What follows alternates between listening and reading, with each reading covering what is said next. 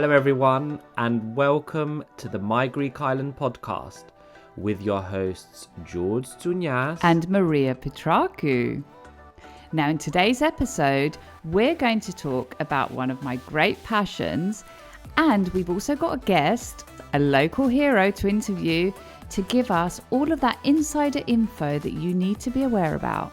So have you guessed what the topic might be? Yes, it's wine, people.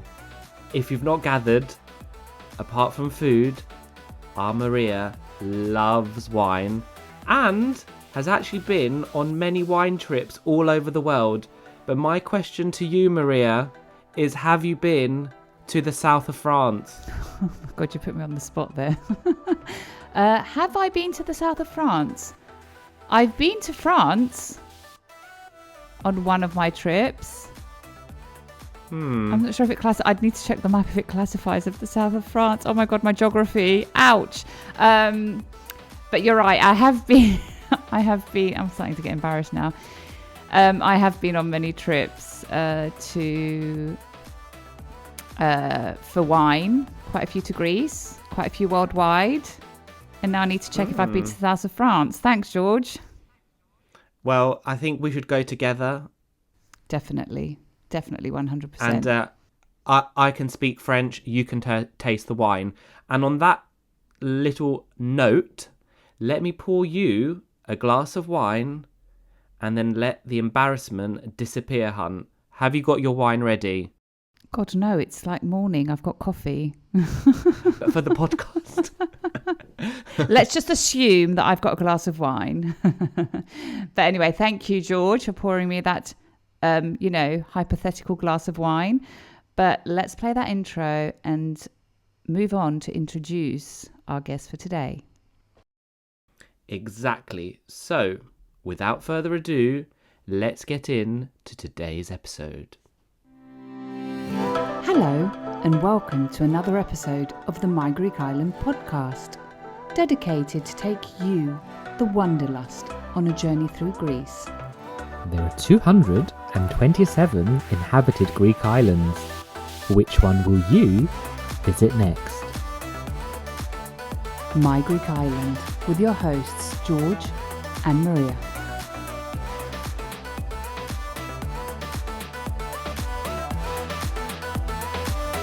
Today, we have a local hero all the way from northern Greece and an area called Drama. He's an oenologist, sommelier, and, just like Maria, a passionate wine lover. Yes. Now, he's worked as a sommelier on the islands of Kos and Santorini, and he's also worked as in one of the wineries in Santorini. Now, this year he won't be heading back to Santorini because he'll be heading to Mykonos to work as a sommelier in one of the luxury hotel chains called the Mykonos Collection. So, please join me, George, and my Greek Islanders, to welcome Eleftherios, although we will be referring to him as Lefteris throughout the episode, Karaouglanoglou.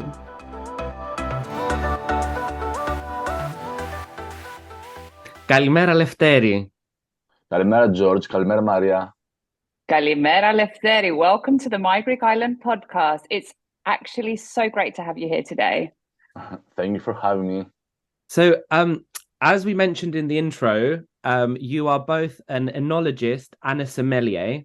And for our My Greek Island listeners, because we like to give you some Greek words, and I did do my research, as Maria is used to, and Lefteris will know now, is that oenology comes from a Greek word.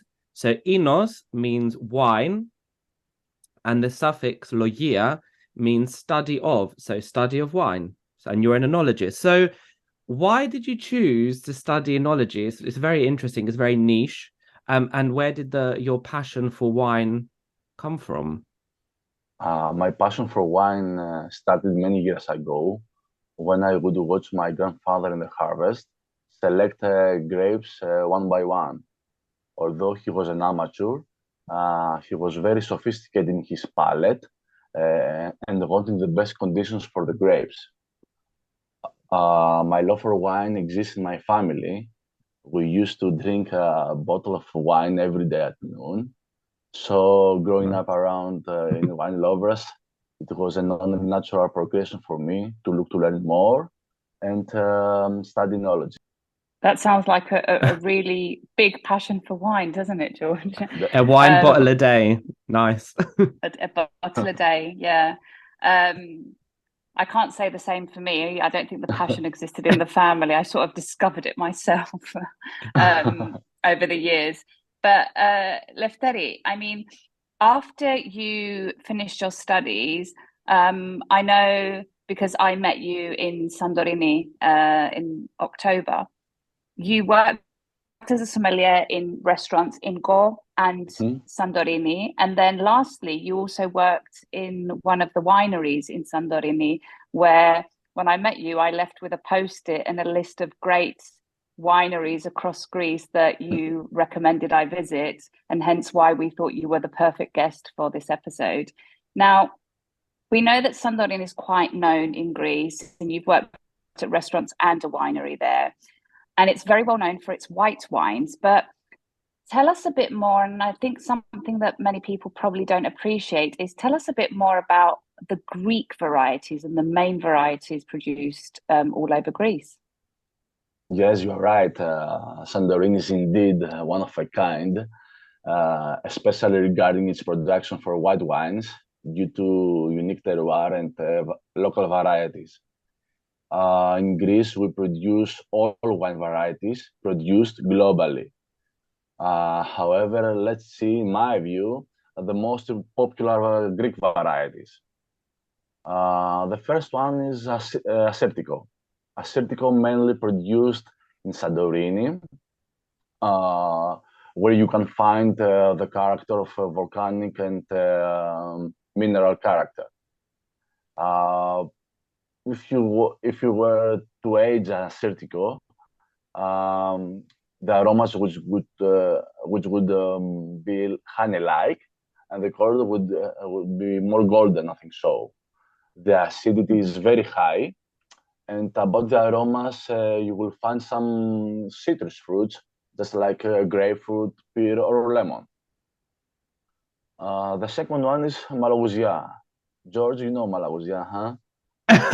Well, I thought Malagousia was a rosé. As I found out, it isn't. It's a white wine, so very embarrassing. No, definitely. Malagousia is a white wine, and I think that it's the most aromatic variety all over the Greece. Drunk fresh, matures in stainless steel tank for 5 to 6 months with indigenous fleece. It's not necessary to age through the barrel because there is no point about that. And about the aromas, you will find some tropical fruits, just like banana, pineapple, and some stone fruits, just like peach. Nice. Very nice. Yeah, it's the most aromatic, so close to Gewürztraminer, if you know the national variety.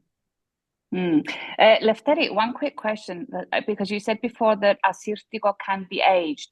I think that's not very, whereas I think we are most accustomed to white wines being drunk fresh, whereas Assyrtiko is one that you can play with and age it in comparison to the fresh white wines, right? Yes, it has a lot of options because it's a very powerful variety. So if you want to age, it's okay. If you don't, no problem. Yeah. Interesting. Okay, sorry. Keep going. No problem. A few more you wanted to mention. The third variety, it's a Robola. It's a white variety, of course, and it has high acidity. The most important thing about that, it looks like to Assyrtiko due to the unique character of mineral and volcanic. So this is the important thing for me, and a very, very rare phenomenon, I think so. I didn't even know that this variety existed until a few years ago in Kefalonia. I passed by a winery and just literally was like, I had no idea Kefalonia has wineries, and apparently it has quite a few. And that's when I found out that Rombola is one of their local varieties. And I think, Lefteri, you mentioned to me that it's also produced in Crete quite a lot. Yes, and Kefalonia, yeah. Yeah, wow. So if anyone's in Kefalonia or Crete, why not try this variety, which is a Greek, a local variety. So definitely worth trying. Do we have any reds though, Lefteri? Yes, let's close with a tough guy called Xenomavro. It's a red variety with high acidity, high tannins, heavy body. And about the aromas, you will find the first aroma, some tomato or olive paste. I think so. Wow. It's necessary, I think so, to age through the beer because it has huge potential. And after that, the aromas evolving to coffee, leather, or dark chocolate. I'm sure that would go with a nice steak. Is that right? Am I getting the pairing right? Yeah. It could do. Of course, I think so. Okay, good. That's one. I've got a good point there after my embarrassment about Malagousia. When we originally started talking, you said you're from Drama, which is the north of Greece. And from our research, or from actually Maria and yourself, I understand that there are quite a few wineries in the region. Yes, I'm from Drama, and Drama is also known for wine production along the bitter cold and mountains. now it's snowing. Wow. Oh, wow. In Drama, we have 8 big brand names about the wines, which they are very proud and passionate for their production. Furthermore, in Drama, we produce the majority of wine varieties in Greece. Interesting. I think we need to organize a My Greek Islands trip to Drama. Drama. Okay. Yeah, necessary. Yeah. We just need to make sure that Lefteris is there when we go so he can show us around. Yeah. So we're not complete amateurs. Lefteri, I personally have, I think I've done 3 trips, especially for wine in Greece. The one was Nemea, the second was Evia, and the third, of course, was Santorini, which I think I've repeated more than once. But overall, I've traveled to 3 destinations in Greece with the purpose to actually drink and try wine and meet the wine producers. So where's my next destination? Where do you think I should be traveling next? In my view, you need to visit northern Greece, Nausa or Drama. But if you go to Nausa, it's necessary to have a tasting of vertical Xenomavro to see the huge potential about that. So I actually know what vertical tasting is because I tried at a winery in Santorini. So effectively trying, and please correct me if I'm wrong, it's trying the same wine from different years. Instead of trying different wines from the winery, you stick with a single wine and you try it throughout the years to see how it's the varieties, how they were different, and also see the aging potential of the wine.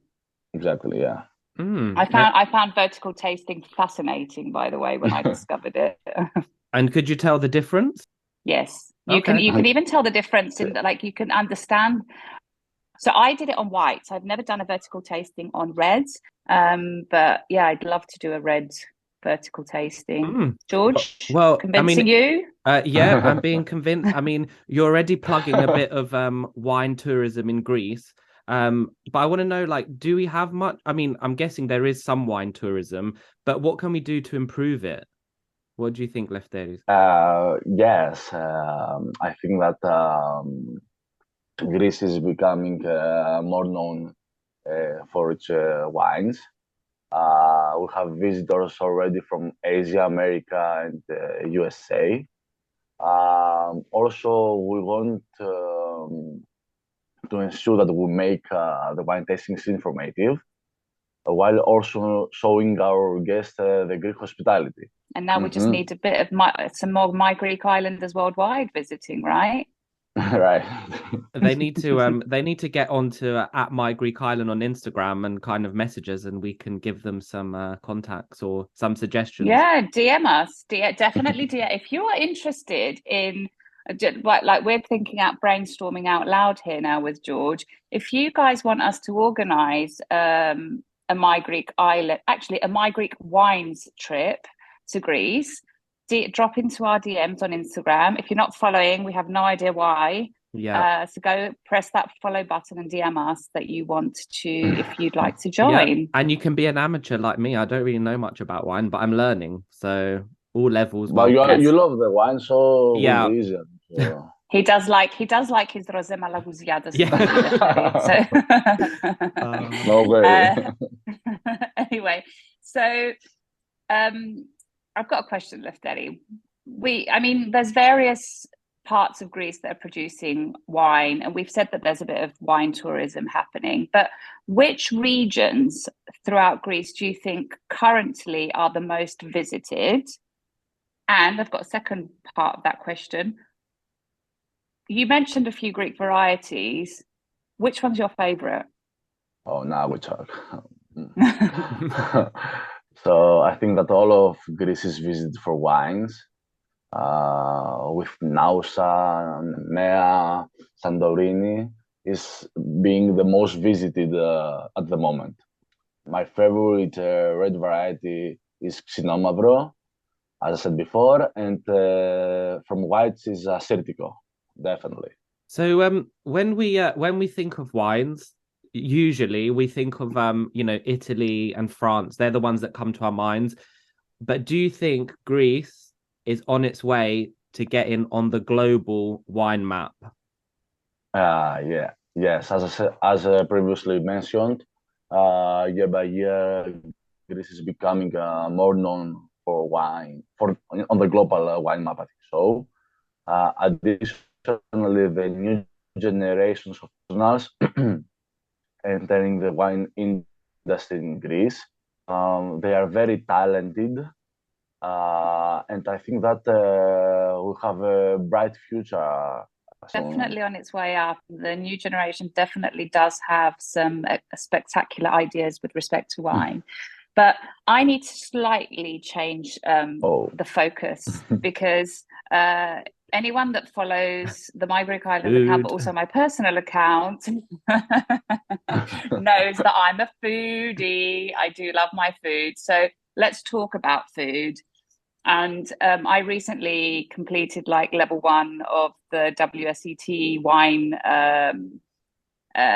exams. And one thing that fascinated me was the wine pairing. So how wine changes depending on what food you pair it with. So tell me about wine pairing, Lefteris. Is it popular at the restaurants in Greece? Yeah, wine pairing is popular in Greece, and many restaurants have fixed menus or recommendations from sommelier. Also, see some wineries offering food options, either snacks or full courses. But now to give 2 ideas, I think so.